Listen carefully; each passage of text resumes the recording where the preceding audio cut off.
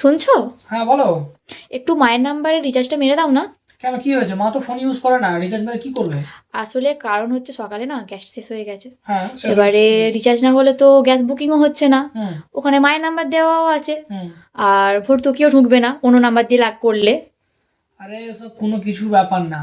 ব্যাপারটা ভালো করে শোনো, এবং আপনাদেরকেও বলছি শুনে নিন। যাদের উজ্জ্বলা গ্যাস যোজনাতে, মানে প্রধানমন্ত্রী উজ্জ্বলা যোজনায় যাদের গ্যাস আছে এবং যাদের ভর্তুকি ঢোকে, তো তাদের অনেক সময় কি হয়, সিম রিচার্জটা না মারা থাকার কারণে অনেক ক্ষেত্রে ভাবেন যে ওর থেকেই বুকিং করতে হবে, নাহলে ভর্তুকি ঢুকবে না। তো যার কারণে অনেকজন এমন আসে আমার কাছে যারা রিচার্জ করতে আসে, কিন্তু ফোনটা কোনো কাজের নয়, শুধুমাত্র গ্যাস বুকিংয়ের জন্য রিচার্জ করতে আসে।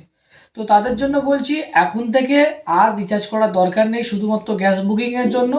তারা আমাদের ট্রিক্সটা দেখে একদম অনায়াসে কিছু বুকিং করা ছাড়াই আপনারা ভর্তুকি পেয়ে যাবেন। তার জন্য কি করতে হবে, একটি ফোন, তাতে কারোর হটস্পট নিয়ে আপনি কানেক্ট করে নেবেন। নেওয়ার পর প্রসেসটা দেখিয়ে দিচ্ছি, দেখো। তো যে কারোর ফোন থেকে হটস্পট নিয়ে কানেক্ট করে নেবে। নেওয়ার পরে রেজিস্টার নাম্বারে যেন হোয়াটসঅ্যাপটা খোলা থাকে। ঠিক আছে, তো এখানে দেখো আমি একটা আমাদের ইন্ডিয়ান গ্যাস, তো তার জন্য দেখিয়ে দিচ্ছি। এই নাম্বারটা হোয়াটসঅ্যাপে সেটিং করে নেবে এবং এখানে হাই বলে লিখে দেবে।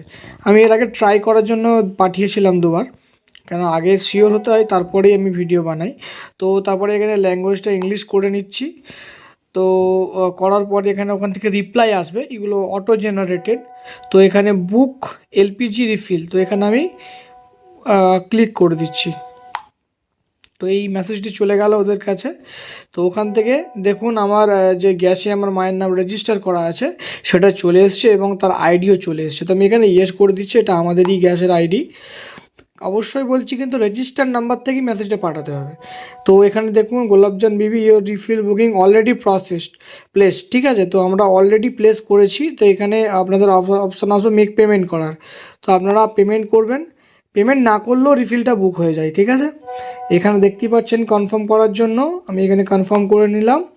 তো এখানে আমাকে দেখাবে যে অলরেডি আমি প্লেস করেছি। তো তারপরে এখানে অ্যামাজন পে বা এইচডিএফসি যেখান থেকেই বলুন না কেন, ক্লিক করার পরে ওখান থেকে ইন্টারফেস চলে আসবে। এখানে সহজেই অনায়াসে আপনারা পে করতে পারবেন এবং ভর্তুকিও ঢুকবে। তার জন্য দেখুন আমি এখানে ব্যাক করছি, আমি মেসেজ বক্সে দেখাচ্ছি। আজকে আমি 3:51 নাগাদ আমি এটা বুকিং করেছিলাম।